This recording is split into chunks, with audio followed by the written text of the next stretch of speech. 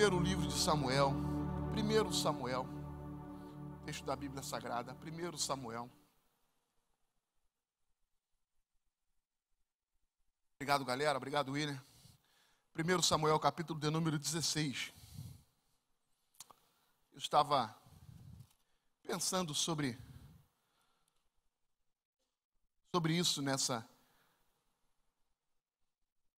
nesse dia. Eu quero compartilhar com vocês a palavra. 1 Samuel 16. Se você está sem uma Bíblia, acompanhe aqui na tela. Aqui na tela está a versão internacional, mas a versão que eu estou usando aqui é atualizada, a versão atualizada. 1 Samuel 16, 6. Diz assim a palavra. Sucedeu que, entrando eles, viu Eliabe e disse consigo: certamente está perante o Senhor o seu ungido. Porém o Senhor disse a Samuel: não atentes para a sua aparência, nem para a sua altura, porque o rejeitei. Guarde essa informação. Porque eu rejeitei. Porque o Senhor não vê como vê o homem. O homem vê o exterior, porém o Senhor, o coração. Então chamou Jessé a Abinadab e o fez passar diante de Samuel, o qual disse: nem a este escolheu o Senhor. Então Jessé fez passar a Samar, porém Samuel disse: tampouco a este escolheu o Senhor. Assim fez passar Jessé os seus 7 filhos diante de Samuel.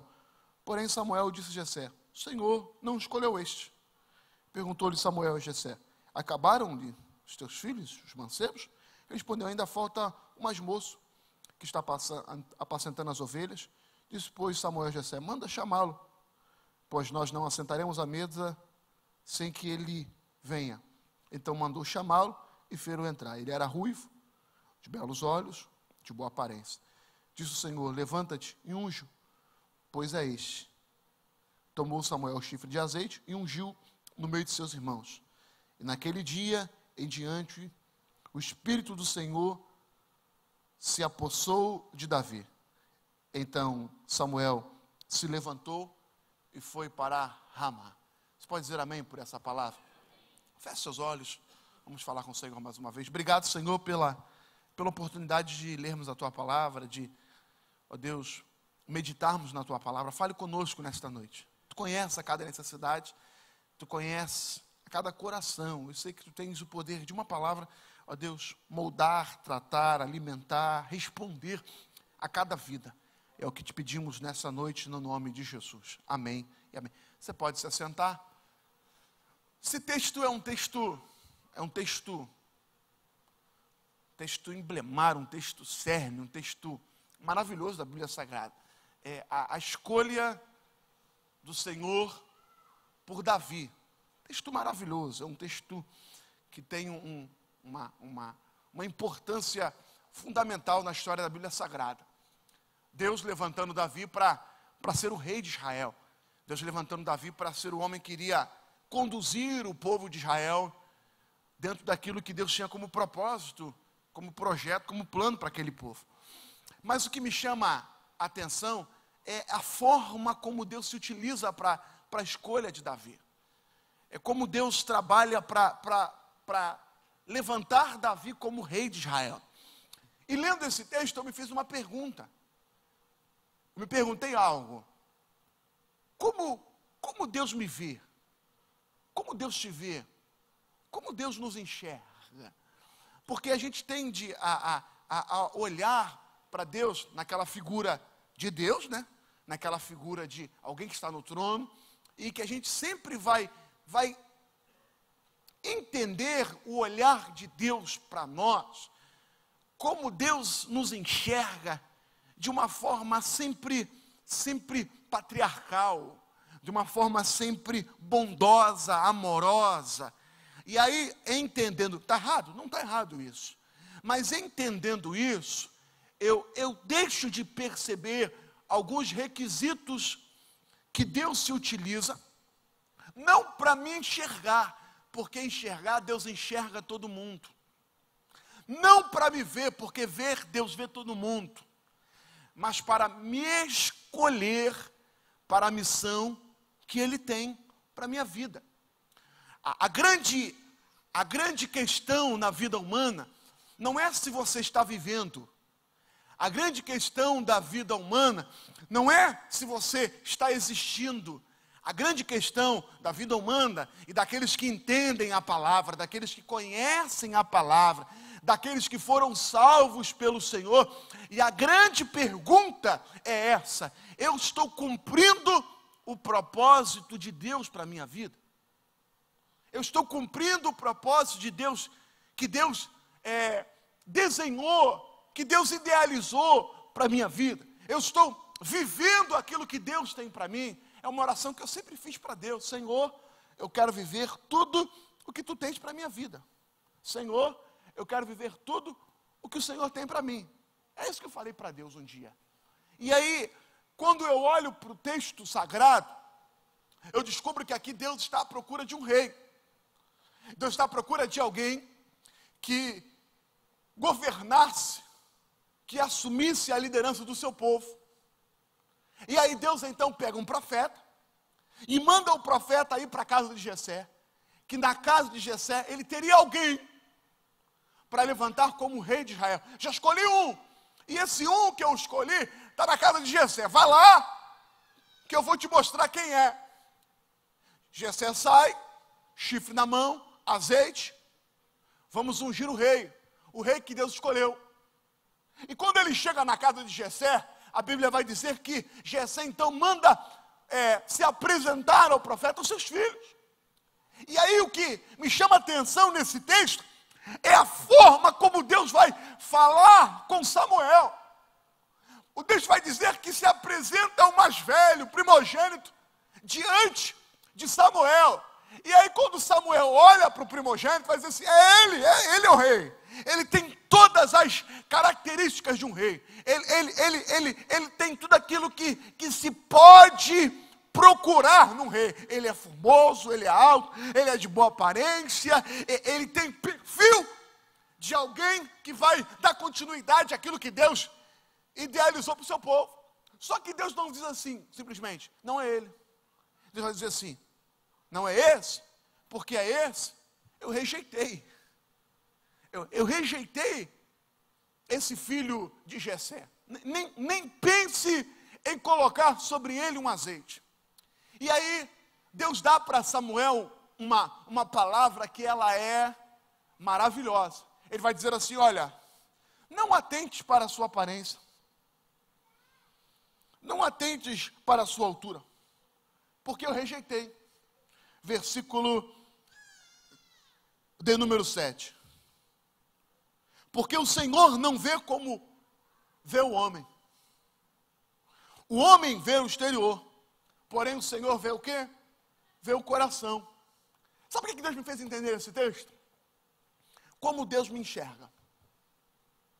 Como é que Deus vai enxergar a mim e vai enxergar a você? Porque existem duas coisas: atitudes e intenções.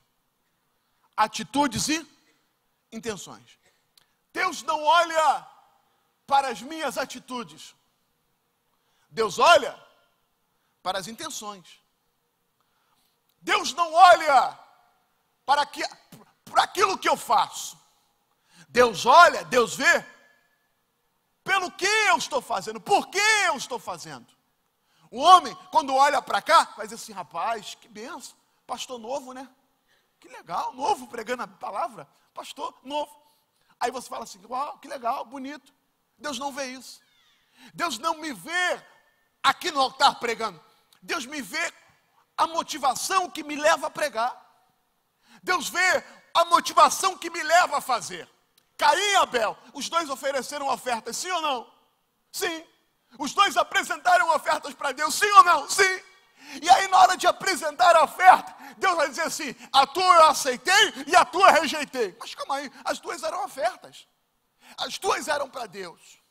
Alguém vai dizer assim: não, porque Caim pegou qualquer coisa. Não, os dois apresentaram ofertas para Deus. Mas muito mais do que aceitar a oferta, Deus olhou para o coração do ofertante. Muito mais do que aceitar a oferta de Caim e Abel, Deus estava olhando a motivação da oferta. O que levou Caim a ofertar e o que levou Abel a ofertar.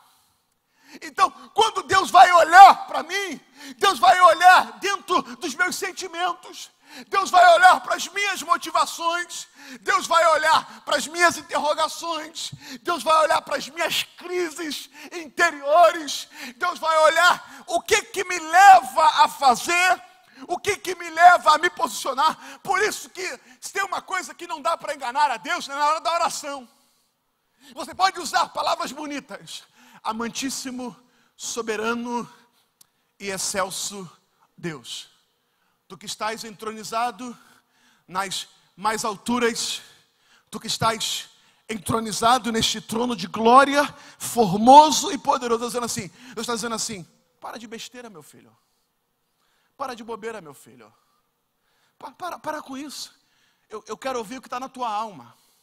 Eu quero ouvir o que está no teu coração. O coração dizendo assim: Senhor, eu estou chateado, estou irado, dá vontade de chutar o balde, deixar de ser crente e dizer que não te sirvo mais. Mas para ficar bonito na foto, eu digo assim: glorioso, poderoso, Deus da minha alma. Deus da minha alma. Doidinho, se eu pudesse, pegava Deus assim e falava: Senhor, mas eu não vou fazer isso. Aí quando eu chego para Deus e falo assim: Senhor, é assim que eu estou mal, eu estou no pecado, eu estou nessa vida errada, eu não consigo deixar o pecado. Por isso que quando ele vai curar alguém, ele vai perguntar assim, na Bíblia Sagrada: o que queres que eu te faça? Ou seja, eu não quero ver o que está para o lado de fora, eu quero conhecer o que está para o lado de dentro. E quando eu declaro que eu quero que eu faça, eu estou revelando o que vai dentro da minha alma. Eu estou revelando o que vai dentro do meu coração. Se coloca diante de Jessé, ele abre. Deus fala assim: pare de olhar como o homem olha. O homem vê o que está por fora, eu vejo o coração. Eu vejo o coração. A minha palavra para você nesta noite é: se permita que Deus tenha liberdade de enxergar o que vai dentro da tua alma. Não tenha medo de se revelar para Deus, porque é a partir daí que Deus vai se manifestar a teu favor. Sabe, está na hora de a gente entender que Deus, como meu pai, Ele não vai ter a visão do irmão mais velho. Deus, como meu pai, Ele vai olhar para aquele filho que volta para casa e que faz uma declaração dizendo assim: pai, pequei diante dos céus, pequei perante ti, eu não sou digno de ser chamado teu filho. Quando ele faz essa declaração, o pai consegue enxergar naquele filho um sentimento de alguém que mudou, de alguém que reconhece a dependência do pai e consegue expor para esse pai o que vai dentro da alma dele. Sabe qual é o medo que eu tenho da religiosidade? Sabe qual é o medo que eu tenho da religiosidade? Que na religiosidade a gente consegue se vestir daquilo que nós não somos e passarmos aquilo que nós não somos. A gente se veste da religiosidade. A paz do Senhor. Tudo bem com os irmãos? Graças ao meu bom Deus, vai tudo muito bem. Ei, aquela mulher disse vai tudo bem para quem não podia resolver o problema. Diante do profeta, ela abriu o coração. Quando o servo do profeta chega lá: vai tudo bem com o teu marido? Vai tudo bem. Vai tudo bem com o teu filho? Vai tudo bem. Vai tudo bem com a tua casa? Vai tudo bem. Ou seja, você não pode resolver, você não pode solucionar. Para você, meu filho, vai sempre tudo bem. Agora, para quem pode mudar: não vai bem não, eu perdi meu filho. Para quem pode mudar: não, a minha casa está mal. A gente aprendeu: não, irmão, tem que dizer que vai tudo bem. Para quem? Para quem não pode resolver, sim. Para quem não pode resolver, sempre vai bem. Agora, para o meu pai, para o meu Deus, eu vou ter a liberdade de dizer: não vai bem, vai muito mal, as coisas precisam ser ajustadas, e só o Senhor tem o poder de fazer isso. A religiosidade faz isso. A gente chega aqui, aleluia. Aqui, irmão, todo mundo é espiritual. Aqui todo mundo é crente. Aqui o pecado, que mané pecado, pastor? Que mané pecado? Eu piso no pecado, eu chuto na cara do pecado, eu piso no pecado, mas não é pecado. Aqui a gente é bom, irmão.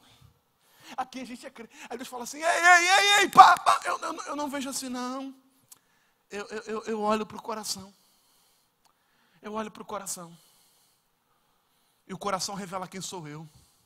O coração revela como eu estou. O coração revela aquilo que precisa ser ajustado, aquilo que precisa ser moldado. Deus fala assim, esse aí, se ele fosse do lado, olha isso, irmãos, se ele fosse do lado de dentro, aquilo que ele é do lado de fora, ele tinha tudo para ser rei. Mas como do lado de dentro não é o que é o lado de fora, então não vai ser. Ele podia ser o rei, mas dentro não está igual fora. Aí sabe o que Jesus vai chamar? Fariseu, escriba, sabe de quê? Sepulcro caiado. Sepulcro caiado.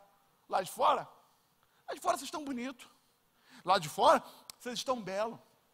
Lá de fora, vocês estão resplandecentes. Mas por lá de dentro, só tem coisa velha, coisa podre, coisa morta. E a minha oração nessa noite, para você que veio esse domingo de feriadão, para a casa do Senhor, e você que nos acompanha pela internet, a minha oração é que Deus tenha liberdade de revirar você de dentro para fora. É por isso que o Senhor pega Jeremias e fala assim, Jeremias, desce. Aonde? Na casa. Casa de quem? Do oleiro. Fazer o quê? Vou te ensinar, meu filho. Ele desce, a Bíblia diz que está lá o oleiro trabalhando no barro, na argila. A Bíblia diz que o barro se quebrou na mão do oleiro. Quando o barro se quebrou, ele pega aquela argila, pega aquele barro e torna a fazer o quê? Um outro vaso. Quando ele torna a fazer um outro vaso, Deus vai então manda a pergunta. Não poderei eu fazer de vós, como fez esse oleiro à casa de Israel? Assim como o barro na mão do oleiro, assim sois vós na minha mão. Não como vaso, como barro.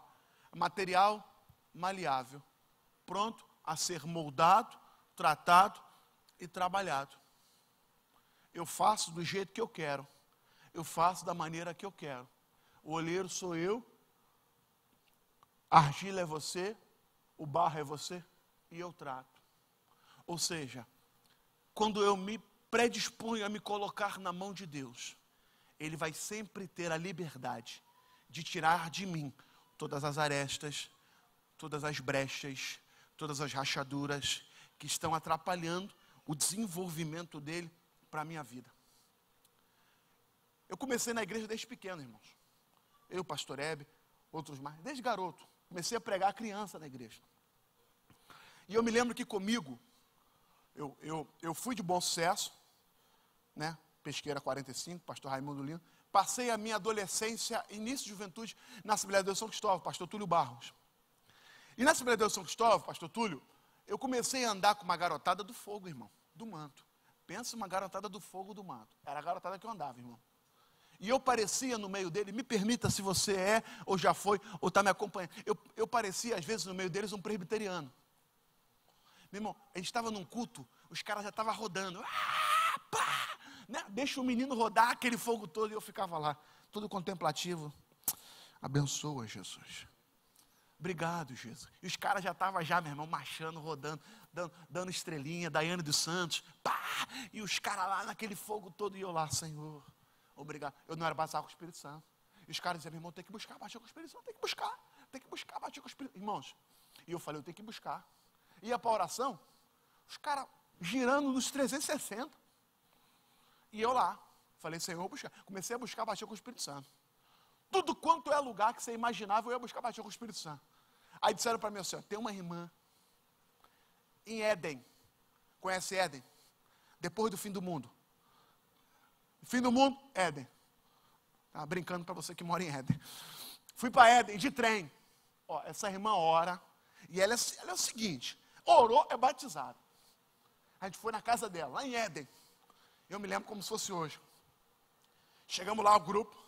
A irmã orou, olhou e falou assim: quem é o menino aí que não é batizado com o Espírito Santo? Todo mundo abriu assim. Ele. Vem aqui. Hoje tu vai ser, meu filho. Dobra o joelho aí. Eu dobrei o joelho. Começa a dar glória. Eu comecei, glória, glória, glória, glória, glória, glória. Contigo foi também assim? Glória, glória, glória, glória, glória. E começou, Senhor, batiza. E ela clamava, irmão, dava uns tapão assim. Batiza, Jesus. Glória, glória, batiza Jesus. Pá! E um tapa, um glória, um tapa, um glória. E Senhor, batiza. E meu irmão, Senhor, me batiza, aquele desespero já, meu irmão. Senhor, me batiza, pelo amor de Deus. Senhor, eu tenho que ser batizado hoje, Senhor. Eu tenho que falar em língua hoje. Os caras tudo falam e eu não falo. Os caras tudo no manto e eu não estou. Senhor, me batiza. Irmão, me batiza. E a minha boca foi enchendo de saliva. Tanto da glória. E a minha boca enchendo de saliva, eu não conseguia mais falar. E a irmã dizia assim, dá glória, meu filho. E eu pensando, eu não consigo. Dá glória, meu filho. E eu pensando, eu não consigo. Eu tenho saliva na boca. E eu cheguei assim, meu irmão, consegui jogar aqui naquela saliva. Voltei para dobrar o joelho. E nada de se batizar com o Espírito Santo. Falei, Senhor, eu tenho que se batizar com o Espírito Santo. Irmão, eu fui para a vigília, fui para monte, fui para tudo quanto era ação que você imaginar, para Deus me batizar com o Espírito Santo. E eu andava com uma galera grande, que eu ouvia Deus dizendo para essa galera, vou te usar, vou te levantar, vou te levar para pregar a minha palavra, tenho eu algo grande para fazer na tua vida. Tempo depois Deus me batizou numa vigília, batizar com o Espírito Santo numa vigília. Irmão, fui para casa falando em língua, deitei falando em língua, acordei falando em língua. Irmão, fiquei falando em língua, minha mãe falava assim, quer comer o quê? Orabachura e baraba. É comida, meu filho, não é língua não, é comida. Né? Estava no óleo, não são. E essa galera que andava comigo, eu comecei a ver gente se afastando. Eu comecei a ver gente desanimando. Eu comecei a ver gente casando, descasando, casando de novo. E a pergunta que eu fiz para Deus é, Senhor, e todas aquelas promessas que o Senhor fez? E todas aquelas promessas que o Senhor fez? A pergunta que eu vos faço, Deus mentiu? Deus não mentiu. Deus não mente. Mas Deus trabalha com critérios. Deus trabalha com requisitos. Deus trabalha com posturas e atitudes. Para viver o que Deus tem, para viver o que Deus tem, você tem que estar, eu tenho que estar dentro dos padrões que Deus idealizou para a minha vida. Eu preciso estar dentro dos critérios que Deus estabeleceu para estar. E aí, alguém que tinha tudo para ser o rei, Deus olha e fala assim, esse eu rejeitei. Porque quando eu olho para dentro dele, eu não enxergo o que gostaria de enxergar. Mas eu enxergo o que não gostaria. Sabe? Eu estou falando para a gente aqui que tem tudo para arrebentar, tudo para ser abençoado, mas você precisa permitir que Deus trate aí dentro da tua alma, dentro do teu coração. Coisas que precisam ser crucificadas, colocadas, lançadas na cruz. Coisas que precisam morrer na tua vida, mas a gente vai alimentando, a gente vai sustentando, a gente vai maquiando, a gente vai escondendo, e a gente esconde muito bem, a gente passa a imagem que está tudo bem, mas dentro da alma vai tudo mal, dizendo assim, ai, eu enxergo dentro do teu coração. Eu me lembro de Isaías, profeta Isaías, capítulo 6, consegue colocar aqui para nós, lindão? Isaías capítulo 6, verso 1. Em diante, você lembra do texto? No ano em que morreu o rei Uzias, o profeta vai declarar, eu vi o Senhor assentado no alto, sublime trono. E ele vai declarar que a glória vai encher ali o templo, vai. Sua veste enchia o templo, verso 2. Acima deles estavam serafins, olha que visão sobrenatural. Estavam serafins, cada um deles tinha 6 asas, com 2 cobriam o rosto, com 2 cobriam os pés, e com 2 voavam. Verso 3. E proclamavam uns aos outros, santo, santo, santo, é o Senhor dos exércitos. A terra inteira está cheia da sua glória. Ao som de suas vozes, o batente das portas tremeram, e o templo ficou cheio de fumaça. Olha que visão gloriosa. Verso 5. Então gritei. Só que o que eu acho lindo em Isaías, olhe para cá, olhe para mim. O que eu acho lindo é que Isaías está tendo uma visão dos céus. Ele está vendo Deus, está vendo os serafins. Só que quando Isaías está vendo os céus, está vendo Deus, está vendo o serafim, Isaías dá uma paradinha e para de olhar tudo que é espiritual e olha para ele. Deus céus, serafim, glória, poder, fumaça, manto, terra, mistério.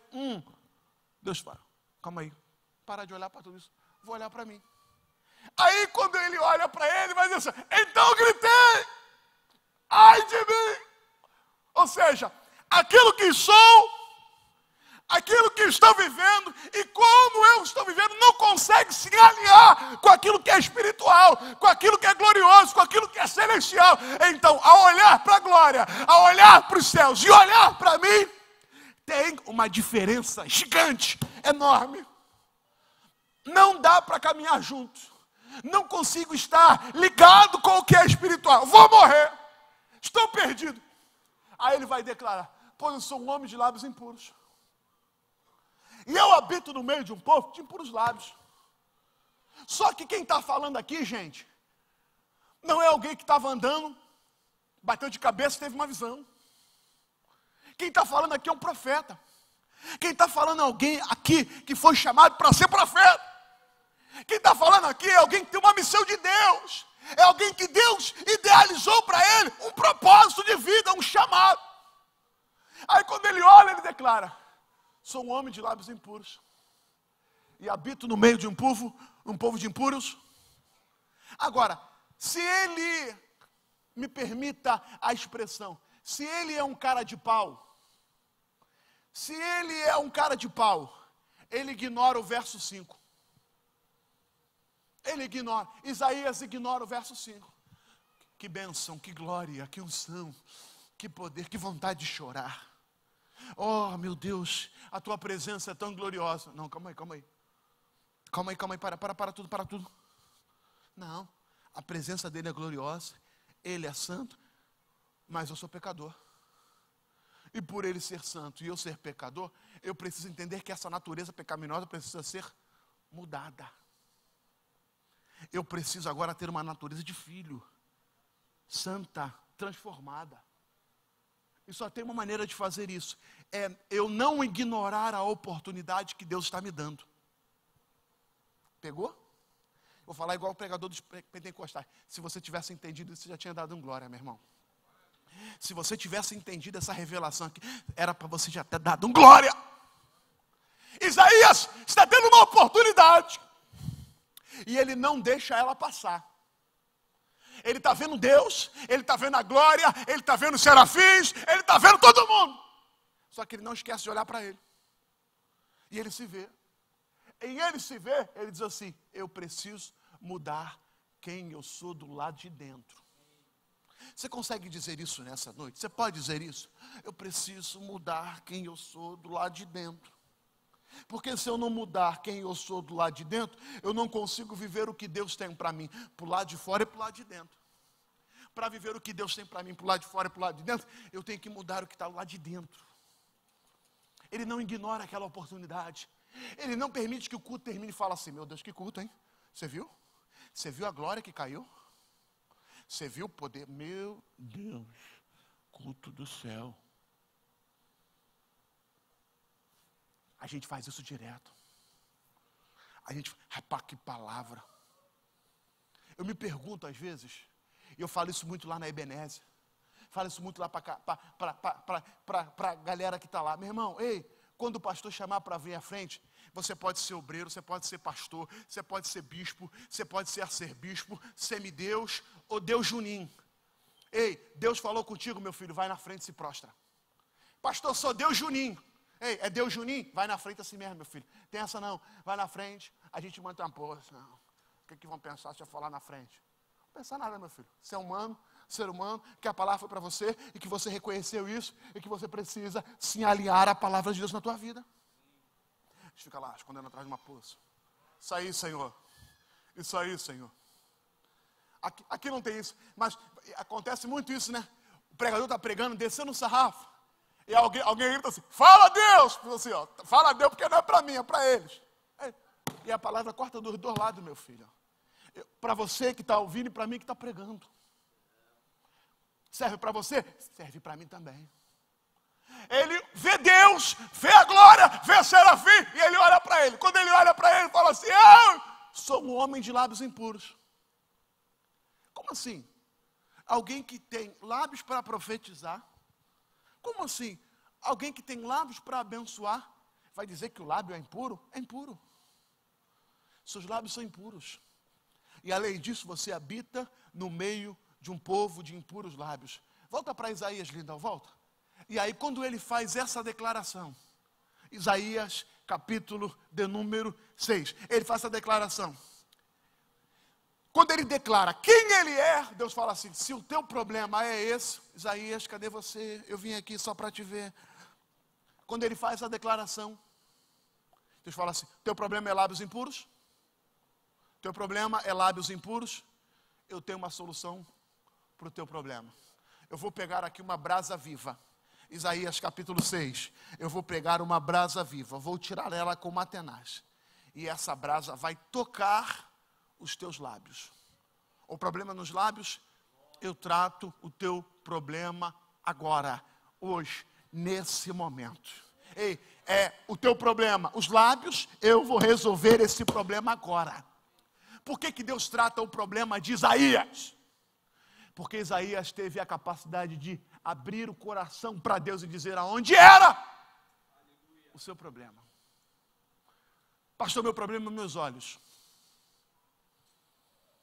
Uma vez eu atendi um irmão lá da igreja. Não se escandaliza com o que eu vou dizer aqui, não. Se escandaliza, não. Ele falou para mim assim: pastor, traí minha mulher. Pastor, meu problema é mulher. Teu problema é mulher? Eu não posso ver uma mulher bonita. Eu falei para ele assim: você acha que eu sou gay? Falei: você acha que eu sou gay? Qual é, pastor? Tu acha que eu sou gay? Você acha que eu também não sei reconhecer quando uma mulher é bonita? Você acha que como homem eu não sei reconhecer quando uma mulher chama atenção? A diferença é que eu decidi amar, honrar a minha esposa e ter os meus olhos só para ela. Então não me vê com essa história de dizer que você é homem e não consegue ver uma mulher, porque para mim isso é safadeza e pouca vergonhice da tua cara. Muda a tua postura, rapaz. Qual é, pastor? Qual é nada? Eu também sei reconhecer uma mulher quando ela é bonita. Eu também sei ver quando uma mulher chama atenção. Mas eu decidi ser fiel, servir e honrar a minha esposa. Ei, no nome de Jesus. Aí a gente fica: não, eu não posso ver essa situação. Agora, período de carnaval. Carnaval chega, meu irmão. Aqui não tem isso. Mas tem uns crentes, meu irmão, que não conseguem resistir. Não. Vai para a gandaia. Não aguento. Como não aguento? Ei, aonde é o teu problema? É aqui. Permita que o Senhor o trate. Permita que Deus te trate. Acompanhei uma pessoa uma vez e ela tinha recaídas para uso de droga. Recaía, ia, cheirava cocaína. Recaía, cheirava cocaína. Eu falei para ele assim: você é um viciado. Sou não. Falei: é. Não sou não. Falei: é. Falei: tá vendo? Esse é o teu problema. Que enquanto você não reconhecer que você é um viciado, um dependente químico, você não vai conseguir tratar esse problema. Você precisa dizer assim: eu sou um viciado. Eu reconheço que a cocaína é maior do que eu e eu preciso de ajuda. E ninguém consegue se ajudar sozinho. Ninguém. Não, vou me ajudar aqui, pastor, vou me ajudar. Não. Você precisa de ajudas externas. Você precisa de alguém que está fora, que consegue perceber isso, que é mais forte que você, que foi tratado nessa área. Por isso que eu digo sempre: ande com gente mais crente que você, ande com gente que ora mais do que você, ande com gente que busca mais do que você, ande com gente que tem a capacidade de olhar para você e dizer assim: ei, você está errado. Você precisa mudar a tua postura, a tua atitude. Quando Isaías reconheceu quem ele era, Deus falou assim: eu tenho a solução para o teu problema, meu filho. Está aqui. E eu vou mudá-la agora. Quantos recebem essa palavra nessa noite? Quantos recebem essa palavra nessa noite? Deus quer te revirar por fora. Deus quer te jogar o que está do lado de fora para dentro, do lado de dentro para fora. Porque Ele é Deus. Ele é Deus. Se permita. Se permita fazer isso. Deus enxerga você assim. Aí num outro texto, e eu encerro aqui a minha reflexão com vocês hoje. É o texto que me chama a atenção na Bíblia Sagrada. A Bíblia diz que Jonatas teve um filho. Jonatas teve um filho. O nome desse filho, Mefibosete. Israel em guerra contra os filisteus. A ama, a babá de Mefibosete foi correr com Mefibosete, deixou ele cair e ele quebrou as pernas. Naquela batalha, o seu pai morreu, o seu avô morreu. Jonatas morreu, Saul morreu. Mefibosete foi levado para viver e morar em Lodebar. Lugar de desprezo, lugar de abandono. Lugar que a gente não gosta muito de ir. Davi então assume o trono em Israel. Como rei de Israel. Ele vai fazer duas coisas. Primeiramente, trazer a arca de volta para Jerusalém. E a segunda coisa é perguntar a alguém da casa de Jonatas, da casa de Saul, para que eu use de bondade. E aí alguém vai dizer para ele assim: há um menino, há um rapaz chamado Mefibosete. Ele está em Lodebar, na casa de Maqui, filho de Amiel. Está lá? Manda chamar Mefibosete. Manda chamar. Vai uma caravana real, em nome do rei. Chega em Lodebar. Quando chega diante de Mefibosete, Mefibosete, o rei te chama. Você lembra qual foi a declaração de Mefibosete? Você lembra o que Mefibosete vai declarar? Quem? Um cão morto, como eu? Ele está me chamando. Pensou, vou morrer. Pega o Mefibosete, banda da carruagem real, leva para Jerusalém. Quando Mefibosete se apresenta a Davi, Davi pergunta: és tu Mefibosete? Ele fala assim: sou eu. Mais uma vez ele vai dizer assim: sabe quem sou eu? Eu sou alguém que a vida não sorriu para mim. Ei, olha para cá. Eu sou alguém que para mim dá tudo errado. Para os outros as coisas dão certo. As coisas para mim, elas dão todas erradas. Quando chega a minha vez, dá errado. Quando eu vou tentar, dá errado. A vida sorri para todo mundo. A vida só não sorriu para mim. Perdi meu pai, perdi meu avô, e além de perder tudo, sou aleijado, ambos os pés. Davi falou assim: olha, na casa de quem você morava, ele agora vai ser teu empregado. Os servos dele serão os teus servos. Tudo que pertencia ao teu pai, tudo que pertencia ao teu avô, agora vai pertencer a você. Você vai comer sempre pão à minha mesa, como um dos meus filhos. Pastor, não entendi o que você quer dizer com isso. É o olhar do rei e o olhar de Mefibosete. Como o rei olha para Mefibosete? Filho de príncipe, neto de rei. Se é filho de príncipe e neto de rei, é príncipe. E por ser príncipe, tem direito à terra. Por ser príncipe, tem direito à mesa. Como é que Mefibosete se olhava? Um cão morto. Para quem é essa palavra também hoje? Essa palavra é para você que tem essa baixa autoestima. Essa palavra é para você que não consegue enxergar o que Deus enxerga em você. Que você não consegue ver o que Deus vê em você. E o que Deus vê em mim, pastor? Ei, vou dizer o que Deus vê em você. Deus vê em você um filho.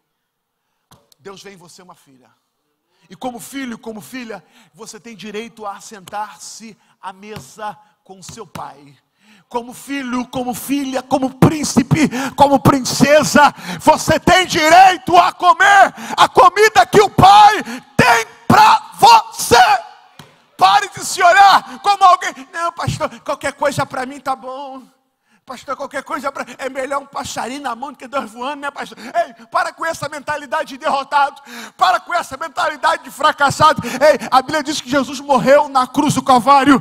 Ele derramou o seu sangue na cruz do Calvário. E a Bíblia vai dizer, o castigo que nos traz a paz estava sobre ele. E pelas suas pisaduras, nós já fomos sarados. A cruz não te garante só salvação. A cruz te garante libertação, garante cura, garante vida, garante paz, garante comunhão, garante o melhor desta terra para você na cruz. Na cruz. Então para com esse discurso. Se melhorar estraga. Isso me dá uma ira, irmão. E aí como é que tá? Se melhorar estraga. Mas não é se melhorar estraga. Se melhorar melhora. Se melhorar, melhor. Meu Deus é um Deus que está sempre melhorando. Meu Deus é um Deus que está sempre aperfeiçoando. Pastor, já estou bom. Se o Senhor quiser me levar para a glória, já estou mais do que feliz. Se não te levou ainda, meu filho, é porque tem mais. Não precisa lembrar isso para ele, não. Não precisa lembrar, não. Na hora que tiver que te levar, ele vai te levar. E do jeito que ele quiser te levar. Essa semana agora eu fui sepultamento. Pai de uma ovelha. A casa pegou fogo, estava na casa, morreu. Carbonizado. Você fazia um sepultamento dele lá, caixão lacrado. Era o jeito que queria que morresse? Não, mas foi. A gente aceita? Não. Queria que fosse como? Dormindo. Dormiu, foi, mas não foi. Foi carbonizado. Então, está nessa vida, você está vivendo, está aqui. Deus não te levou ainda não? Não. Então desfrute do que Deus tem para você, meu filho. Desfrute do que Deus tem para você. Para com esses discursos. Se sentindo triste. Isso não dá ira, irmão. Se sentindo mal. Se sentindo chateado. Para com isso se sentindo. Ei, para com esse negócio. Não gasta tempo com isso não. Ai, o que houve, amiga? O que houve, amigo? Para. Tá sentimentalzinho? Tá carente. Ei, vou dar um segredo para você. Se lança nos pés do Senhor. Se lança na cruz do Senhor. Tá carentezinho? Tô carentezinho, pastor. Se lança diante do Senhor. Ele tem uma palavra que pode mudar a tua história. Ele tem uma palavra que pode mudar a tua casa, mudar a tua família. No nome de Jesus, para de se olhar. Sou um cão morto. Né? Quem sou eu? E aí, santo varão, homem de Deus. Quem sou eu? É você. Diga para quem está ao teu lado, é você. Você é filho, você é filha. Serva. A gente fica aqui, quem sou eu, meu Deus? Você é alguém que Deus chamou, é alguém que Deus escolheu para viver coisas especiais. Desfrute do que Deus tem para você. Desfrute da tua casa. Desfrute da tua família. Desfrute dos teus filhos. Antes de vir para cá, eu estava jogando com meu filho aquele joguinho de botãozinho com a moedinha, que você bota a moedinha. Estava lá jogando com ele. E ele feliz da vida. Eu ganhei dele, ele ficou irado. Eu ganhei, aprendi a perder. Né? Jogando moedinha lá, em casa com meu filho. Desfrute dos tempos que você tem, da oportunidade que você tem. Desfrute, sabe por quê? Porque todos os seus dias estão na mão do Senhor. Ei, para de murmurar, meu irmão. Se tem uma coisa que vai... Me permita a expressão, tá? Uma linguagem humana. Me permita, irmã Sara. Se tem uma coisa que vai entristecer o coração de Deus, eu sei que Deus não fica triste, mas só para você entender, é murmuração. Para de murmurar. Meu Deus, nada dá certo. Meu Deus, que o milagre ainda não chegou. Meu Deus, estou vendo as pessoas postando foto. Em não sei aonde, na região dos lagos, e passeando, e eu estou aqui nessa casa. Ei, desfrute dessa casa. Essa semana eu visitei a minha casa, que morava em Lucas. Fui lá, aluguei, né?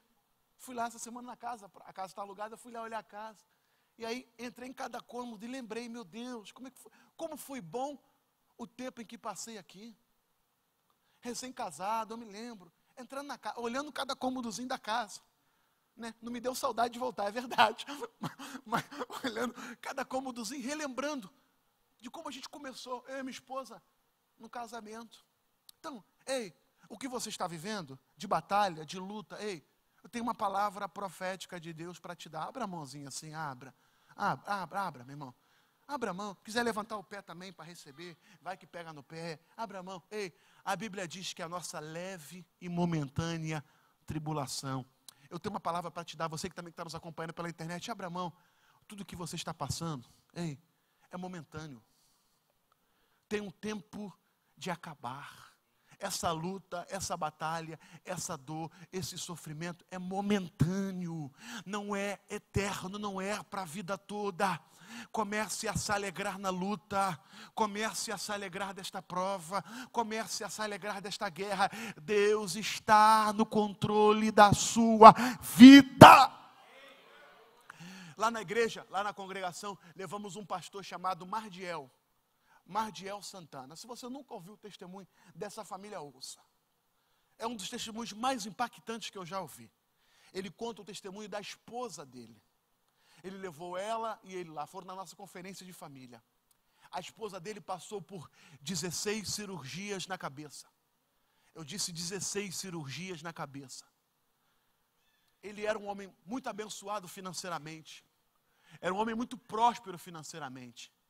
E na pressão, no auge da batalha dele, ele foi morar dentro de uma garagem. Ele tinha empregados, empregadas, tinha carros. Na pressão da batalha dele, ele estava morando, ele, a mulher e o filho dentro de uma garagem. E aí ele começou a registrar todo o processo. E eu perguntei para ele, pastor, por que o senhor tirava foto da sua mulher doente? Filmava.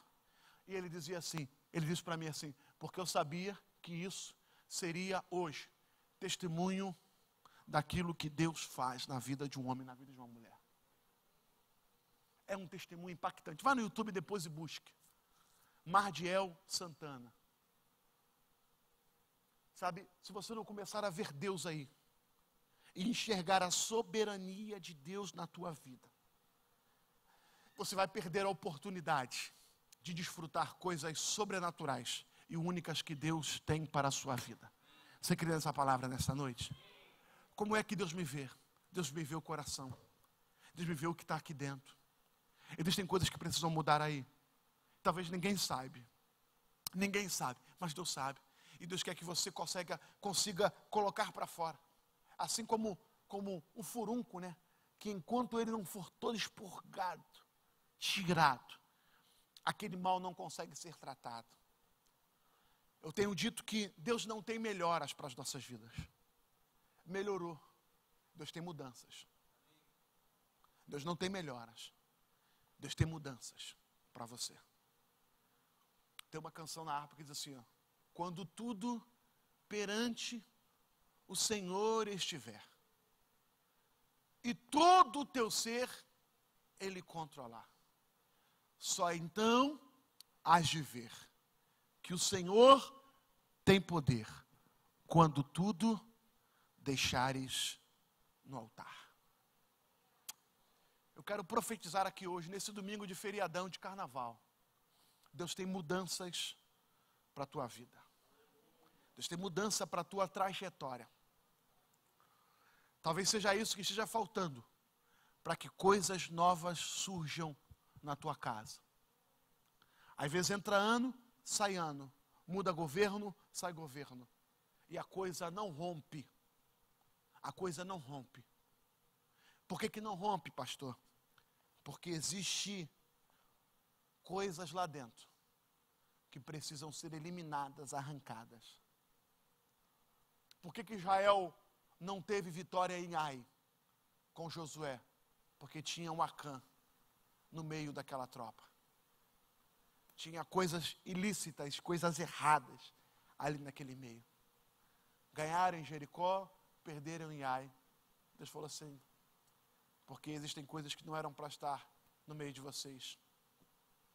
Enquanto vocês não colocarem essas coisas fora, enquanto vocês não queimarem elas, fora da arraial, destruírem elas, eu não vou conseguir fazer e trazer o novo que tenho para a vida de vocês. Então, eu tenho certeza que Deus falou contigo nesta noite. Eu tenho certeza que Deus falou com você nessa noite. E eu quero profetizar. Saia daqui profetizando isso. O tempo da mudança chegou. Vou repetir. O tempo da mudança chegou. Deus vai mudar esse cativeiro. Deus vai mudar essa história. Deus vai mudar. Pastor, é no meu trabalho, é no meu negócio, na minha empresa. Deus vai mudar isso. Deus vai mudar, porque Deus tem esse poder de fazer isso.